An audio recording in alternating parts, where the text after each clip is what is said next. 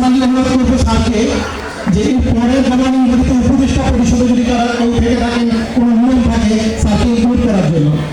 তাতে যেটা হবে আমরা তার সুদৃশ্য পরামর্শ পাবো স্কুল ডেভেলপমেন্টের জন্য, এবং একই সাথে স্যারের মনের স্কুল থেকে আমি বিচ্যুত হয়েছি, স্কুল থেকে টানটা কমে যাচ্ছে, এই ফিলিংসটা আসবে না। একই সাথে মহান সৃষ্টিকর্তার কাছে আমাদের আবেদন স্যারকে সুস্থ রাখুন। প্রত্যেকজন শিক্ষক সমাজকে গড়ে তোলার জন্য ডিরেক্টলি ইনডাইরেক্টলি গড়ে তুলে করেন। তো আল্লাহ পাক ওনাকে সুস্থ রাখুন, যেন উনি আমাদেরকে আমাদের স্কুলকে সমাজকে এগিয়ে নেওয়ার জন্য আরো কিছুদিন আরো অনেকদিন বাঁচিয়ে রাখুন, যাতে আমরা তার পরামর্শ নিতে পারি, তার অনুযায়ী স্কুলটাকে ডেভেলপ করতে পারি। আরো একবার ধন্যবাদ সবাইকে, আপনাদের সবাইকে ধন্যবাদ। আসসালামু আলাইকুম।